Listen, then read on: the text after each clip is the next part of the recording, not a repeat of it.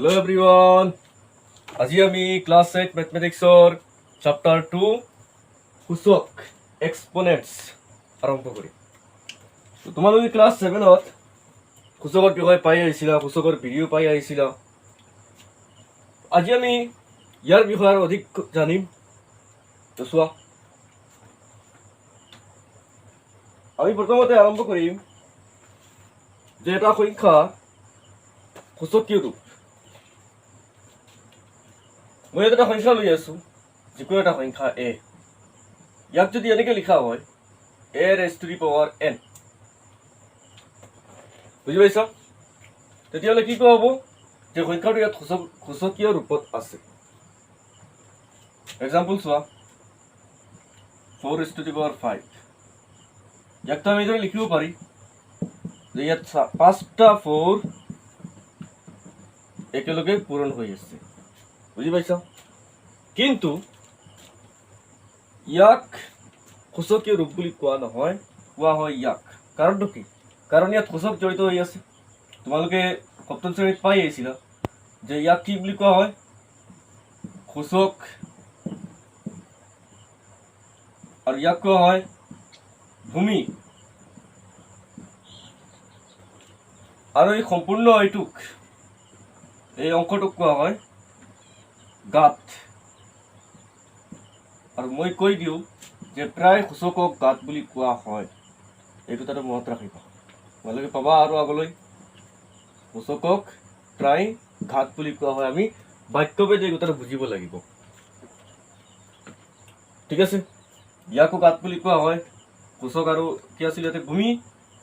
আৰু ইয়াত কি? সূচক। আৰু এই দুইটা মিলি পেলাই যিটো ৰাশি হ'ব, এই ৰাশিটোক গাত বুলি কোৱা হয়। আৰু সূচকক প্ৰায়, সূচকৰ আৰু এটা শব্দ গাত থাকে। আৰু ইয়াক কেইদৰে উচ্চাৰণ কৰা হয়? যেনেকে লিখা আছে 4 raised to the power 5। 4 raised to the power কি আছে? 5 নহয়। মানে ই এইটো বুজায় যে 4ক ৰেজ কৰা হৈছে, মানে উন্নীত কৰা হৈছে ইয়াৰ কোনটো পাৱাৰলৈ? 5 নম্বৰ পাৱাৰলৈ। বুজি পাইছা? ইয়াক মই কি কৈছিলো? গাত নহয় জানো? ইয়াক ইংলিছত পাৱাৰ বুলি কয়। পাৱাৰ।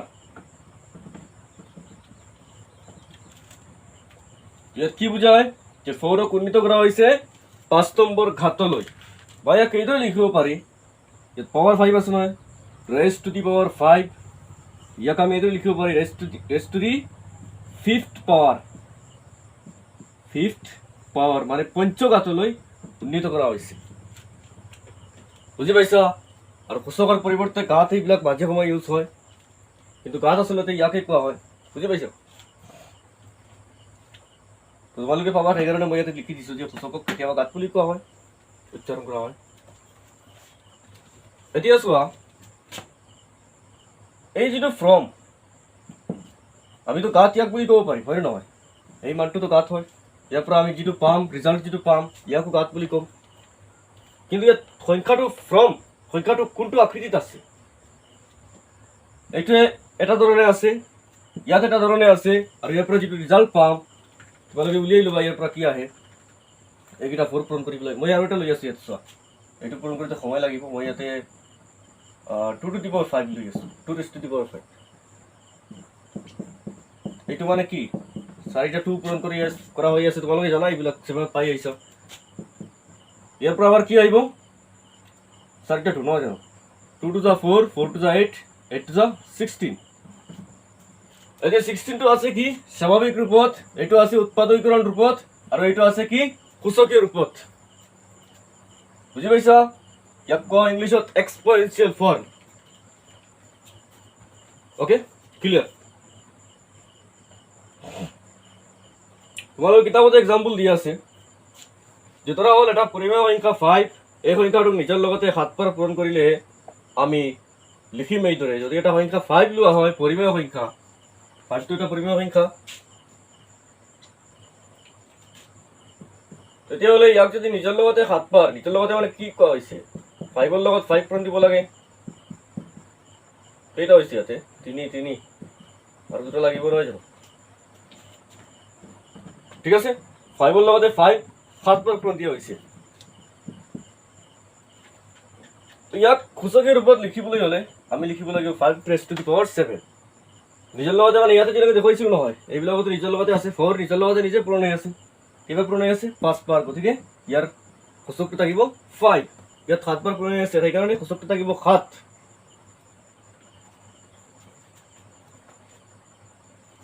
ঠিক আছে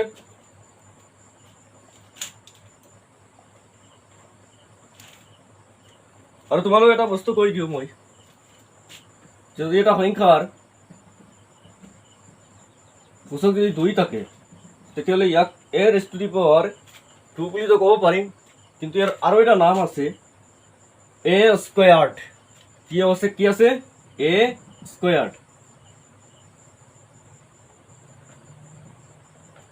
মানে বৰ্গ কৰা হৈছে স্কয়াৰ্ড a squared বুলি কওঁ আমি বুজি পাইছা যিকোনো সংখ্যাকে মই লোৱা নাই ইয়াতে কি সংখ্যা হ'ব পাৰে যিকোনো সংখ্যাৰ কাৰণে মই কৈ আছো এইটো কথা বুজি পাইছা কেনেকৈ ইয়াত কি আছে a raised to the power n তাত যিকোনো সংখ্যা ধৰি লোৱা 4 আছে n টাইপ 5 আছে তো কি আহিছে 4 raised to the power 5 generally আমি কি ক'ম a raised to the power n ইয়াত 2 আহিছে সেইকাৰণে কি হ'ব a raised to the power a squared a raised to the power 2 বুলি ক'ব পাৰি কিন্তু আৰু এটা নাম কি আছে a squared বা a raised to the power a raised to the second power এইটো ক'ব পাৰি আৰু এটা চোৱা a raised to the power 3 ইয়াক ক'ব পাৰি কিন্তু আৰু এটা নাম কি আছে a cubed মানে ঘন কৰা হৈছে বুজি পাইছা এইটো বৰ্গ কৰা হৈছে এইটো ঘন কৰা হৈছে ঠিক আছে ওকে তোমালোকে বুজি পালা যে সূচকীয় ৰূপ মানে কি মই এটা এক্সাম্পল লৈ আছো 125 এতিয়া তোমালোকে এই সংখ্যাটো স্বাভাৱিক ৰূপত দেখা পাইছা ইয়াৰ সূচকীয় ৰূপ কি হ'ব ক'ব পাৰিবা সূচকীয় ৰূপ হ'ব কি 5 cubed ঠিক আছে কাৰণ কি 125 আমি কি লিখিব পাৰি উৎপাদকীকৰণ আকাৰত 5 3টাৰ গুণফল একেলগে নহয় জানো এইটো হ'ল উৎপাদকীকৰণ আকাৰ নহয় জানো উৎপাদকীকৰণ ৰূপ আৰু এইটো হ'ল কি স্বাভাৱিক ৰূপ আৰু এইটো হ'ল সূচকীয় ৰূপ আইহক তোমালোকে বুজি পাইছা ভালকে যে এটা সংখ্যাৰ সূচকীয় ৰূপ আমি কিদৰে উলিয়াব পাৰি যে সংখ্যাটো কেইবাৰ পূৰণ হৈছে নিজৰ লগত মানে সংখ্যাটোৰ উৎপাদকবোৰ নিজৰ লগত নিজে কেইবাৰ পূৰণ হৈছে এইটো আমি চাই পেলাই লিখিব পাৰিম এতিয়া প্ৰশ্ন হ'ল যে কোনো সংখ্যাটো এইদৰে আছে মই ইয়াত লৈ আছো চোৱা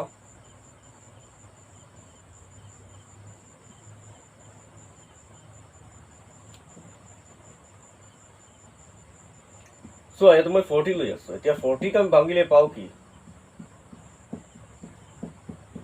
এইখিনি পাওঁ ইয়াক আমি সূচকীয় ৰূপত লিখিব পাৰি কেনেদৰে লিখিম প্ৰথমতে এইখিনি লওঁ কিয় কাৰণ ইয়াতে 2 আছে নহয় আটাইকেইটা একে তো একেটা যদি কেইটা আমি গণি পেলাই কি পাম 3টা বুজি পাইছা আৰু 5 বাকী আছে এটা তো এইদৰে লিখাটো সূচকীয় ৰূপ ঠিক আছে আমি তো একেলগে লিখিব নোৱাৰি যে ইয়াতে 2 × 5 raised to the power 3 এইদৰে লিখিব নোৱাৰি কাৰণ 5টো 3টা নহয় 5টো মাত্ৰ এটা আছে 2 হে 3টা আছে সেইকাৰণে আমি এইদৰে লিখিব পাৰোঁ ঠিক আছে এতিয়া চোৱা নেক্সট আমি সূচকৰ বিধি চাম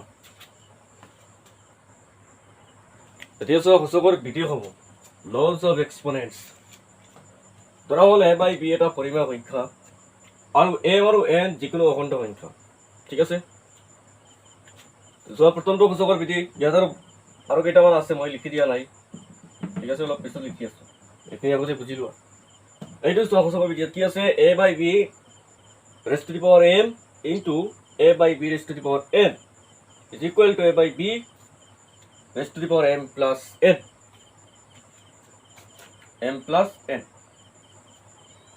ঠিক আছে এতিয়া আমি চাই লওঁ এইটো সত্যাপন কৰি পেলাই ইয়াতে মই এইটো কোনটো চাই আছো এইটো চোৱা মই ইয়াতে এটা পৰিমেয় সংখ্যা লৈ আছো a/b পৰিৱৰ্তে a/b ঠাইত মই লৈ আছো 2 ঠিক আছে 2 ৰ পাৱাৰ ইয়াত ধৰি লওক 3 আছে আৰু আনটো সংখ্যা লৈ আছো আকৌ 2 কিয় কাৰণ ইয়াত চাবা তোমালোকে দুইটা সংখ্যা একে আছে a by b দুইটা একে থাকিব লাগিব বুজি পাইছা ইয়াত মই লৈ আছো সূচকটো 2 ইয়াৰ অৰ্থটো কি 2 কিউব মানে কি 3টা 2 কি আছে একেলগে পূৰণ হৈছে কি নিজৰ লগত বুজি পাইছা নিজৰ লগত 2 তিনিবাৰ পূৰণ হৈ আছে আৰু ইয়াতে কি নিজৰ লগত 2 দুবাৰ পূৰণ হৈ আছে এতিয়া 2 নিজৰ লগত কেইবাৰ পূৰণ হৈ আছে টোটেল দেখা পাইছা তোমালোকে সন্মুখতে 5বাৰ নহয় জানো নিজৰ লগত 5বাৰ পূৰণ হৈ আছে তো আমি এইটো লিখিব পাৰিম এইটো কি সূচকীয় ৰূপত তোমালোকে দেখা পাইছা যে এইটো মানে এইটো আমি আগতে পাই অহা সূচকটো যেটো প্ৰায় এইখিনি আহিছে সেই সূচকটোৰ যোগফল পাই যাওঁ হয় নহয় 5টো সেইকাৰণে তোমালোকে বেলেগ এক্সাম্পল লৈ পেলাই চাব পাৰা এইটো সত্যাপন কৰিব পাৰা প্ৰুফ কৰিব পাৰা দেখা পাবা যে আমি সূচককেইটা যোগ কৰি দিলে আমি এনসাৰটো পাই যাওঁ ঠিক আছে সূচকীয় ৰূপত পাই যাওঁ আৰ দুইটা একে থাকিব লাগিব এইটো কথা মনত ৰাখিবা এই সূচক দুইটা একে হওক নহওক বেলেগ কথা কিন্তু এই সংখ্যা দুটা পৰিমেয় সংখ্যা দুটা একে হ'ব লাগিব যেনেকৈ ইয়াত 2 ইয়াত 2 তো এইটো বুজি পালো আহিছো নেক্সট নাম্বার 2 ল নাম্বার 2 এতিয়া আমি এইটো ল প্ৰুফ কৰি আছো চোৱা ইয়াত দেখা পাইছা যে দুটা পৰিমেয় সংখ্যা এটাৰ সূচক m এটাৰ সূচক n দুটা সূচক বেলেগ আছে কি আছে এটাক আনটোৰে হৰণ দিয়া হৈ আছে ইয়াতো মই কি কৰি আছো আগৰ নিচিনা ইয়াতো কিউব মই লৈ আছো 2 কিউব আৰু হৰণ দিয়া হৈ আছে মানে কি এইটোৰে মানে নহয় ইয়াক মই এইটোতে লিখিব পাৰিম নাই পাৰিম ইয়াত 2 কিউব মানে কি 2 নিজৰ লগত 3বাৰ পূৰণ হৈ আছে 2 স্কয়াৰ্ড মানে কি 2 নিজৰ লগত 2বাৰ পূৰণ হৈ আছে তোমালোকে চ্যাপ্টাৰৰ যিদৰে পাই আহিছা যে আমি ইয়াক এইদৰে লিখিব পাৰিম নাই কাৰণ এইদৰে লিখা থাকিলে আমি এইদৰে পাওঁ তেতিয়ালে উল্টা কিন্তু পাব লাগে আমি হয় নহয় লবৰ লগত হৰৰ লগত হৰ লবৰ লগত লব এইটোতো দিয়াই আছে আমাক আৰু এইটো কি আছে লবত আছে সেইকাৰণে ওপৰৰ কেইটাৰ লগত পূৰণ হৈ আছে ইয়াত দেখা পাইছে 3টা 2 ইয়াত 3টা 2 আছে ওপৰত এতিয়া ইয়াত থাকিব কি 1 নহয় জানো 1 আকৌ ইয়াত থাকিব 1 আৰু 2টো অকলে থাকিব তো শেষত গৈ পেলাই আমি কি পাম 2 এই 2 ইয়াত পাৱাৰ কি আছে 1 একো সূচক নাই মানে 1 বুজি পাইছা এইটো কথা মনত ৰাখিবা যেটা সংখ্যা যদি ইয়াৰ প্ৰথম ঘাতলৈ উন্নীত কৰা হয় তেতিয়াহ'লে কি নিজে আহিব অৰ্থাৎ যদি কি আছে এইটো 2 raised to the power 1 যদি 2ক ৰেইজ কৰা হয় প্ৰথম ঘাতলৈ কি নিজে আহিব তো সেই নিজে আহিলে য'তেই আহক যিকোনো সংখ্যা লিখা থাকক 2 3 হওক যেই হওক আমি সূচকবিলাক সিহঁতৰ সূচক 1 আছে বুলি আমি ক'ব পাৰিম এই তোমালোকে চোৱা এইটো 2ৰ সূচক 1 দিয়া আছে ইয়াৰ অৰ্থটো কি 3 minus 2 নহ'ব নেকি 3 minus 2 কাৰণ আমি যিখিনি সূচক পাই আহিছো সেই সূচক কেইটা এটাৰ পৰা আনটো বিয়োগ কৰি দিলে প্ৰথমটোৰ পৰা যিটো বিয়োগ কৰি দিলে আমি ইয়াৰ সূচকটো পাই যাওঁ সেইকাৰণে আমি কম যে এই বিধিটো সত্যাপন কৰা হ'ল তোমালোকে বেলেগ এক্সাম্পল লৈ পেলাই চাব পাৰা এতিয়া চোৱা নেক্সট ল নাম্বাৰ 3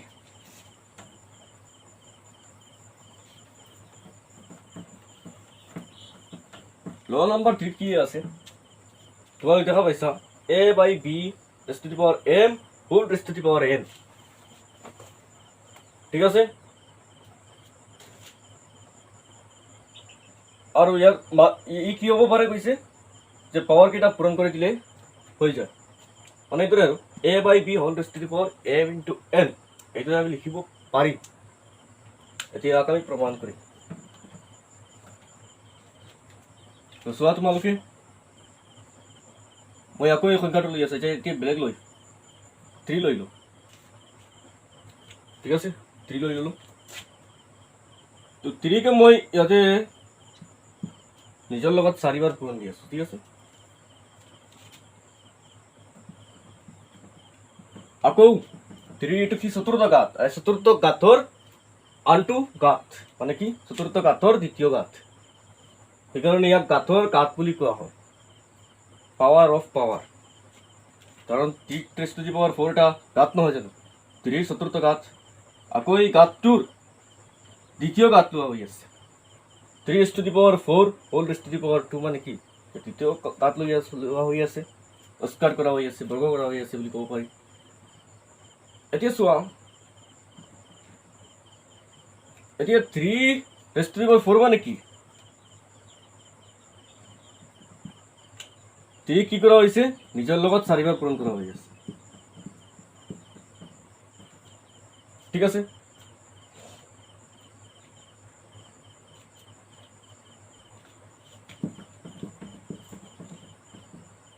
এতিয়া তোমালোকে চোৱা,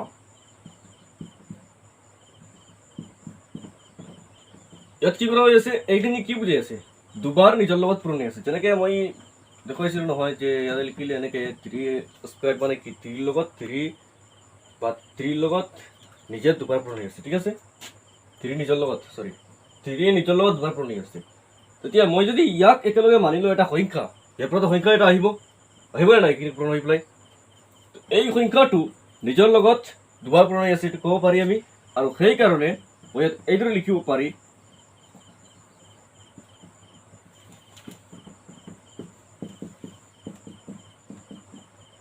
পাৰি নাই, অবভিয়াছলি পাৰি।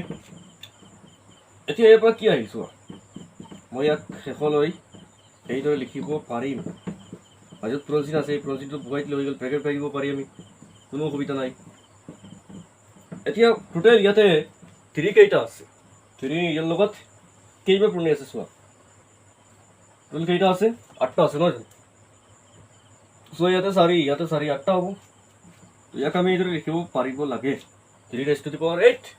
আৰু তোমালোকে এটা বস্তু চোৱা, 3^8 মানে কি 3^4 into 2, যিটো আমি আগতে কোচকটো পাই আহিছোঁ, যিটোৰ পৰা এইখিনি আহিছে।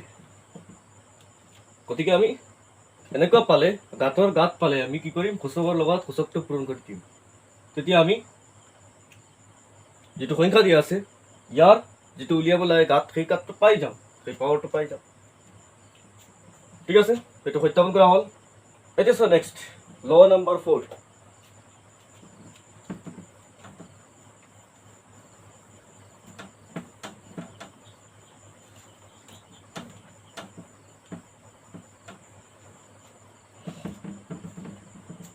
ল নম্বৰ 4ত মই দেখা পাইছো দুটা পৰিমেয় সংখ্যা পূৰণফলৰ ঘাত, আৰু ইয়াক এইদৰে আমি লিখিব পাৰি যে প্ৰতিটো সংখ্যাৰ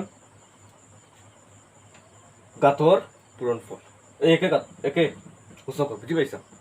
ইয়াত কি আছিল, দুটা পৰিমেয় সংখ্যাৰ পূৰণফলৰ ঘাত কি হৈছে ন, এই গোটেইখিনি, আৰু সূচকটো ইয়াতো আছে একে, ইয়াতো আছে একে। তো ইয়াক এইদৰে লিখিলে আমি এইদৰে লিখিব পাৰিব লাগে। চোৱা তোমালোকে ইয়াত কিদৰে লিখিম, মই এইটো ইয়াতে প্ৰুফ কৰি দেখুৱাই আছো। ইয়াত আমাক কি বুজাই আছে, a/b into c/d, ইয়াৰ অৰ্থটো কি, ইয়াত বুজাই আছে যে এই সংখ্যাটো a/b আৰু c/d ৰ পূৰণফলটো n বাৰ নিজৰ লগত পূৰণ হৈ আছে, হয়নে, n বাৰ। এইবিলাকো তেনেকুৱা আছিল, a/b নিজৰ লগত m বাৰ পূৰণ হৈ আছে, ইয়াত n বাৰ পূৰণ হৈ আছে। m আৰু n ৰ মান কি হ'ব পাৰে, যিকোনো অখণ্ড সংখ্যা। মই ইয়াত n ৰ মান একো বহোৱা নাই, a/b আৰু c/d একো লোৱা নাই, ডিৰেক্টলি মই এইটো কথা লিখি আছো। চোৱা, যদি এইটো হয় n বাৰ পূৰণ হৈ আছে, তোমালোকে চোৱা, যদি এইটো নিজৰ লগত নিজে দুবাৰ পূৰণ হয়, তেতিয়াহ'লে ইয়াক এইদৰে আমি দেখিম, ৰাইট, নিজৰ লগত নিজে দুবাৰ পূৰণ হৈছে। কিন্তু ইয়াতে কি হৈছে, n, সূচকটো n মানে কি n বাৰ পূৰণ হৈছে। ইয়াৰ পূৰণফল কি আহিব তোমালোকে চোৱা, ইয়াত 1 আছে, ইয়াত 1 আছে, দুইটা একে আছে, তো কি হ'ব, ইয়াৰ পৰা কি পাম, 1 + 1 2 হ'ব, অৰ্থাৎ ইয়াৰ এনচাৰটো এনেকৈ হৈ যাব। আচ্ছা, মই এইটো অলপ সময়ৰ কাৰণে বেলেগকৈ লিখি আছো, এইটোৰ পৰা এইটো কোৱা নাই, এইদৰে লিখি আছো, ঠিক আছে। ইয়াত ইকুৱেল চিন দিয়া নাই। চোৱা, ইয়াৰ পৰা ই কি আহিব, চোৱা, যদি এইদৰে হয়,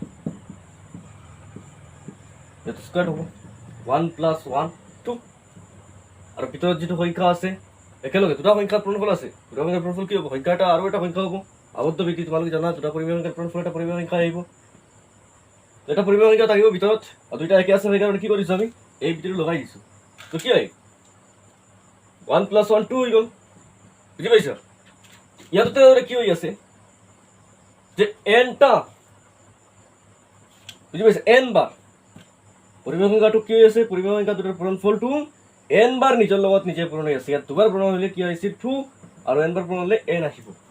এতিয়া মই কি কৰি আছো চোৱা, ইয়াত চাই লোৱা, ইয়াত দেখা পাইছা a/b আৰু a/b দুইটাত আছে হয়নে নহয়?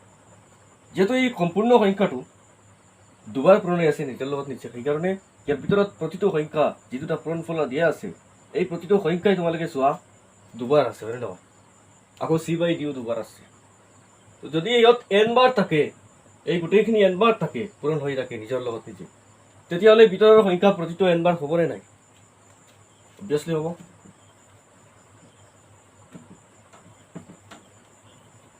মই ইয়াত কি লিখি আছো চোৱা,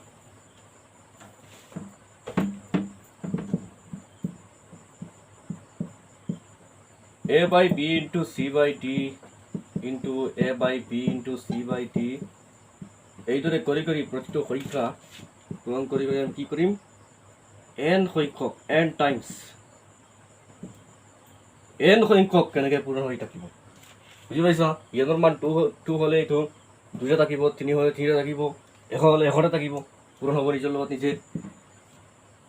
এইদৰে আমি ক'ব পাৰি।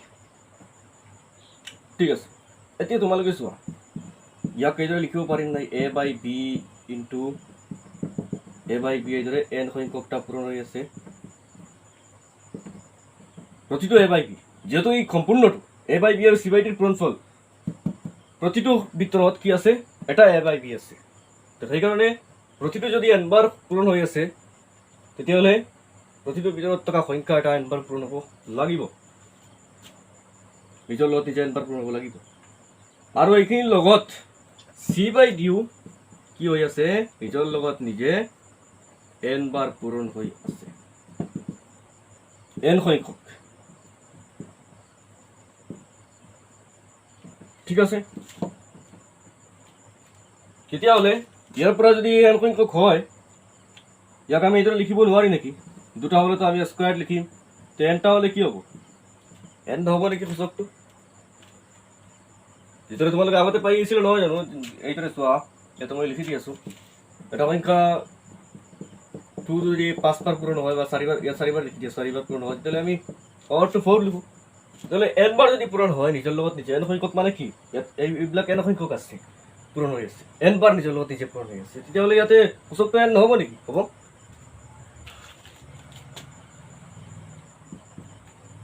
এতিয়া চোৱা নেক্সট এইটো c/d, এইটো তেনেকুৱা হ'ব, n বাৰ নিজৰ লগত নিজে পূৰণ হৈ আছে। তো আমি ইয়াৰ পৰা এইটো এইদৰে পাব পাৰি। চোৱা এইটো প্ৰুফ হৈ গ'ল, প্ৰুফড।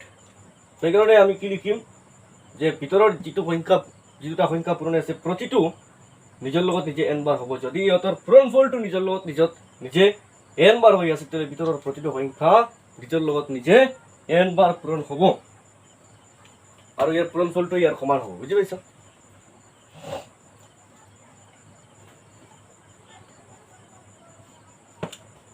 ঠিক আছে, এতিয়া চোৱা নেক্সট আমাৰ ল নাম্বাৰ 5 আহিব।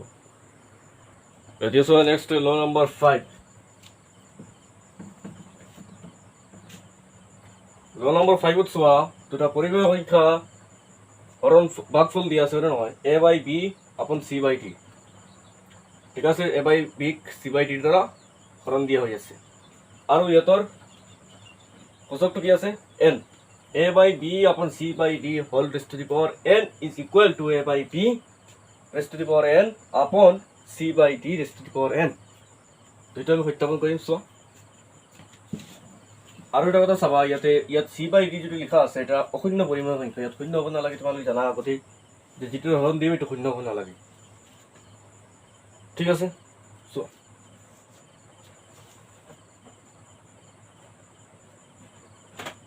তোমালোকে আগৰটোৰ নিচিনা ইয়াতে চোৱা কি দিয়া আছে, a/b। এই প্ৰমাণটো আগৰটোৰ নিচিনাই থাকিব। আৰু c বাই d নহয় জানো whole raised to the power n অৰ্থাৎ a বাই b আৰু c বাই d ৰ ভাগফলৰ কি কৰা হ'ব nth পাৱাৰলৈ বা n নম্বৰ ঘাতলৈ উন্নীত কৰা হ'ব তো এইটোৱে কি বুঝাই আছে আমাৰ যে a বাই b আৰু c বাই d ৰ ভাগফল n বাৰ নিজৰ লগত নিজে পূৰণ হৈ আছে ঠিক আছে এইটোৱে বুঝাই আছে এতিয়া হলে তোমালোকে চোৱা যদি এইটোৱে বুঝাই আছে যে a বাই b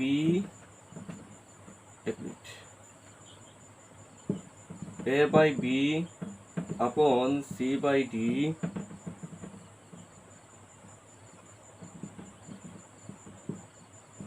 পূৰণফল দিয়া হৈছে আকৌ a by b c by d দুটা দিয়া হৈছে হয় নহয় এনেকে কৰি কৰি যদি আমি nটা দি দিওঁ তেতিয়াহ'লে এইটো বুজাব নাই অবভিয়াছলি বুজাব যদি ইয়াত দুটা থাকে তেতিয়াহ'লে কি হ'ব পূৰণফল কি হ'ব কোচলটো থাকিব 2 যেটো আছিল তোমালোকৰ ল নম্বৰ 1 ত দিয়া আছিল নহয় জানো দুটা সংখ্যা যদি একে থাকে পৰিমেয় সংখ্যা তেতিয়াহ'লে কোচলৰ যোগফল আমি ল'লে হৈ যায় আৰু সংখ্যা থাকিব কেইটা এটা লিখা থাকিব যেনেকৈ আছিল ন এইটো a by b whole raised to the power n into a by b whole raised to the power n তেতিয়াহ'লে কি হ'ব ইয়াতে a by b whole raised to the power m plus n দুইটা একা থাকিব লাগিব ইয়াত দুইটা একে আছে ইয়াত দুটাটো নহয় nটা কৈছে সেইকাৰণে আমি কি লিখিম যেনেকৈ পূৰণ হৈ পেলাই n সংখ্যক পূৰণ হ'ব ঠিক আছে n সংখ্যক যদি ইয়াত n সংখ্যক পূৰণ হয় প্ৰতিটো নিজৰ লগত নিজে তেতিয়াহ'লে প্ৰতিটো মজুত থকা প্ৰতিটো পৰিমেয় সংখ্যা a by b আৰু c by d কথা হৈ আছো সিহঁতো কি হ'ব নিজৰ লগত নিজে n বাৰ পূৰণ হ'ব লাগে ইয়াক মই এইদৰে লিখি আছো চোৱা প্ৰথম কথাটো হ'ল a by b আৰু c by d এইদৰে n বাৰ পূৰণ হ'ব নিজৰ লগত নিজে আৰু তলত পূৰণ হ'ব c by d নিজৰ লগত নিজে n বাৰ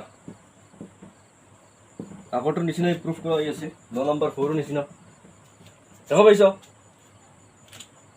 ইয়াত n সংখ্যক পূৰণ হৈ আছে ইয়াৰ ভিতৰত মজুত থকা প্ৰতিটো পৰিমেয় সংখ্যা নিজৰ লগত নিজে n বাৰ পূৰণ হৈ আছে কিয় কাৰণ আমি জানো লবৰ লগত লব পূৰণ হ'ব হৰ নহয় বুজি পাইছা সেইকাৰণে হৰখিনি বেলেগকে পূৰণ হৈ আছে আৰু লবখিনি বেলেগকে লবৰ লগত ঠিক আছে এটা লবৰ লগত লব পূৰণ হ'ব আৰু হৰৰ লগত হৰখিনি পূৰণ হ'ব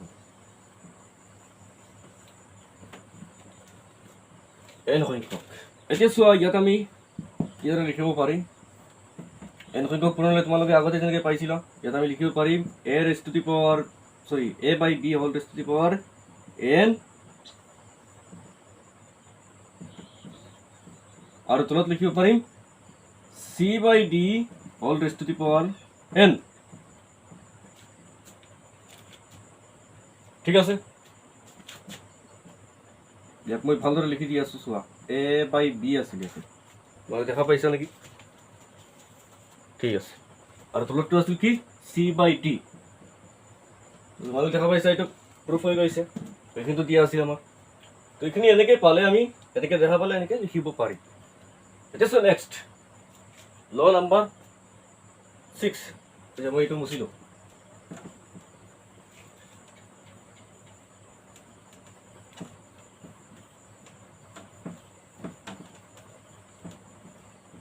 ল নম্বৰ 6 of চোৱা ইয়াত কি দিয়া আছে a by b whole raised to the power minus n is equal to a b by a raised to the power n আৰু ইয়াত a by b 0 হ'ব নালাগে এইটো মনত ৰাখিবা কিয় 0 হ'ব নালাগে মই ইয়াতে দেখুৱাই দিম চাবা ইয়াৰ নিচিনা কি হ'ব c by d এইটো হৰত আহি যাব সেইকাৰণে এইটো 0 হ'ব নালাগে এইটো কি তোমালোকে ইয়াতে বুজি পাবা চোৱা মই ইয়াতে আৰম্ভ কৰি আছো আগৰ লটো লৈ পেলাই তোমালোকে পাইছিলা প্ৰথমতে ল নম্বৰ 1 এইটো পাইছিলা হয়নে নহয় এতিয়া যদি মই ইয়াতে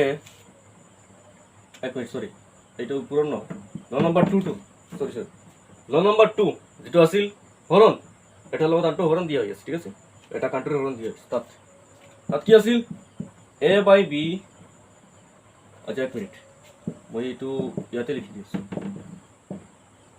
এ by B whole raised to the power M minus N আছিল ন তো যদি মই এইটো অলপ চেঞ্জ কৰি লওঁ যদি এম ইজ ইকুৱেল টু 0 কৰি দিওঁ আমি ইয়াতে এমৰ মান 0 বহুৱাই দিওঁ তেতিয়াহ'লে কি হ'ব চোৱা ইয়াতে 0 হৈ যাব আৰু ইয়াতে কি হ'ব এন থাকিব ন আৰু এইফালে কি হ'ব A by B whole raised to the power 0 minus N মানে কি মাইনাছ এন ঠিক আছে যিকোনো সংখ্যা 0ৰ পৰা বিয়োগ কৰিলে সংখ্যাটো ঋণাত্মক থাকিব তোমালোকে কথাটো জানা 0 মাইনাছ 2 কি হয় মাইনাছ 2 0 মাইনাছ 4 কি হয় মাইনাছ 4 বুজি পাইছা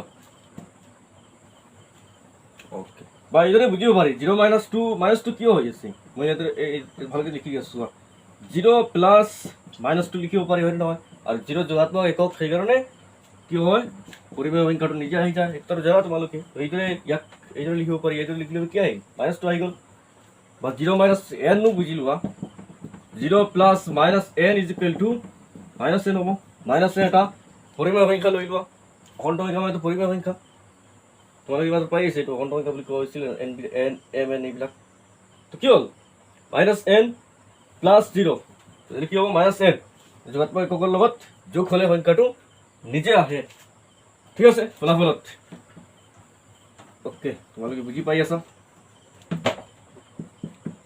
এতিয়া ইয়াত কি আহিব এ বাই বি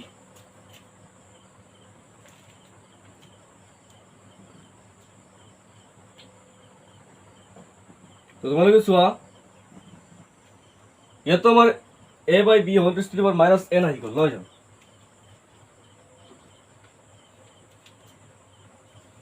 আৰু তোমালোকে এইটো কথা মনত ৰাখিবা যে এইটোৰ মান A by B whole raised to the power 0 মান হ'ব 1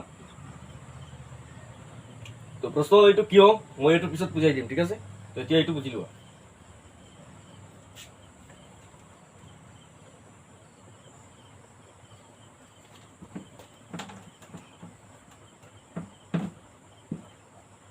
যিকোনো সংখ্যাৰ যদি সূচক 0 হয় বা 0 সূচকলৈ উন্নীত কৰা হয় ঠিক আছে 0 নম্বৰ গাঁথলৈ তেতিয়াহ'লে মান সদায় 1 থাকে এই কথাটো মনত ৰাখিবা তোমালোকে আগতে পাই আহিছা সেইকাৰণে আৰু কৈ দিব নালাগে যদিও সূচক নম্বৰ 7 তোমালোকে সৰি ল নম্বৰ 7 তোমালোকে পাবা এই কথাটো মই ইয়াত প্ৰমাণ কৰি দেখাম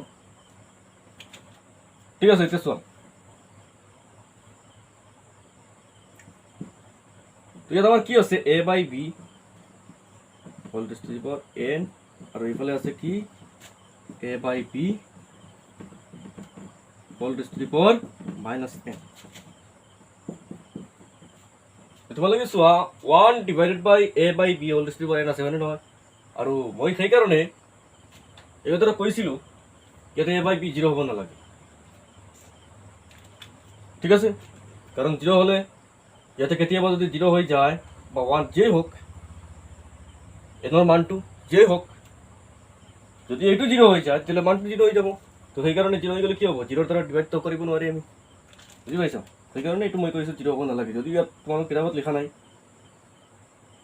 তো ইয়াক আমি এইদৰে লিখিব পাৰিম মনত ৰাখিবা 1 বাই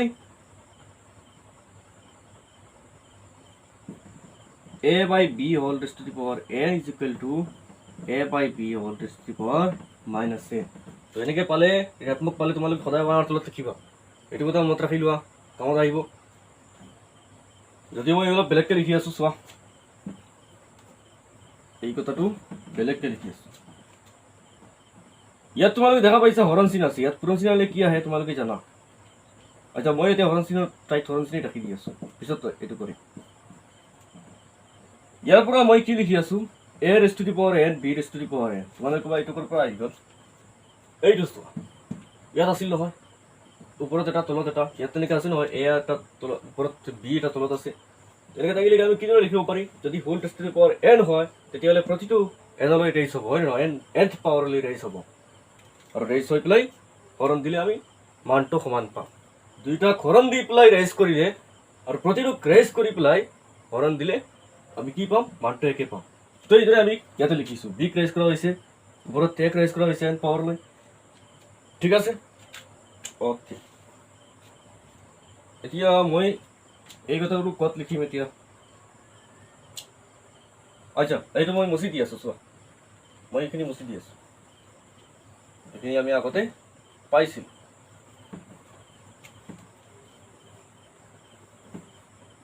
ইয়াত চোৱা এই কথাটো মই ইয়াতে লিখি আছোঁ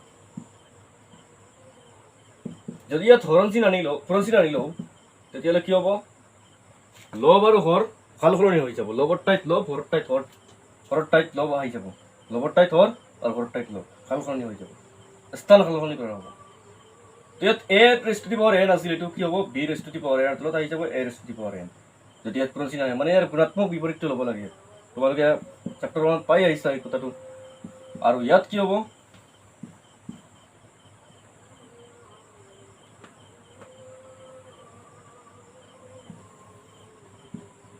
ইয়াত কি হ'ব সূচকটো নেগেটিভ এন থাকিব ঠিক আছে ওৱানত এইখিনি পূৰণ কৰিলে এইখিনি থাকিব এই কথাটো তোমালোকে এইটো বুজি পোৱা ঠিক আছে এতিয়া V raised to the power n divided by A raised to the power n মানে কি V by A whole raised to the power n এইটো ক'ব পাৰি কাৰণ এইটো এনেকুৱা পালে এনেকৈ লিখিব পাৰিম উল্টাকে সেইটো কেনেকৈ পাইছোঁ আমি তেনেকৈ লিখিম V by A whole raised to the power A is equal to a by b whole raised to the power minus n ঠিক আছে তো সেইকাৰণে এইটো আমাৰ প্ৰুফ কৰা হৈ গ'ল মই দেখা পাইছা যে এইটো কি দিয়া আছিল এই ফালটো এইফালে দিয়া আছিল নহয় জানো বাওঁফালে দিয়া আছিল এইটো a by b whole raised to the power minus n এইটো ইয়াৰ সমান আছিল তো এইটো আমি এইদৰে প্ৰুফ কৰি লৈছোঁ ঠিক আছে এতিয়া চোৱা এইটো আমি প্ৰুফ কৰিলোঁ ল নাম্বাৰ 7 একেবাৰে ফাইনেল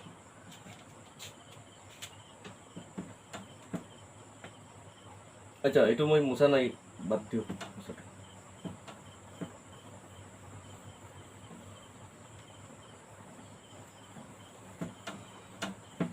এইটো চোৱা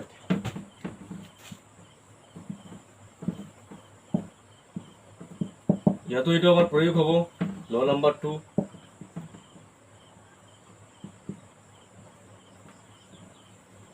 ঠিক আছে ল নাম্বাৰ 2 তোমাৰ দিয়া আছিল এইখিনি a by b whole raised to the power f divided by a by b whole raised to the power n is equal to a by b whole raised to the power n minus n okay যদি ইয়াতে মই কি কৰোঁ m আৰু n equal কৰি দিওঁ যদি m is equal to n তেতিয়াহ'লে ইয়াত কি আহিব চোৱা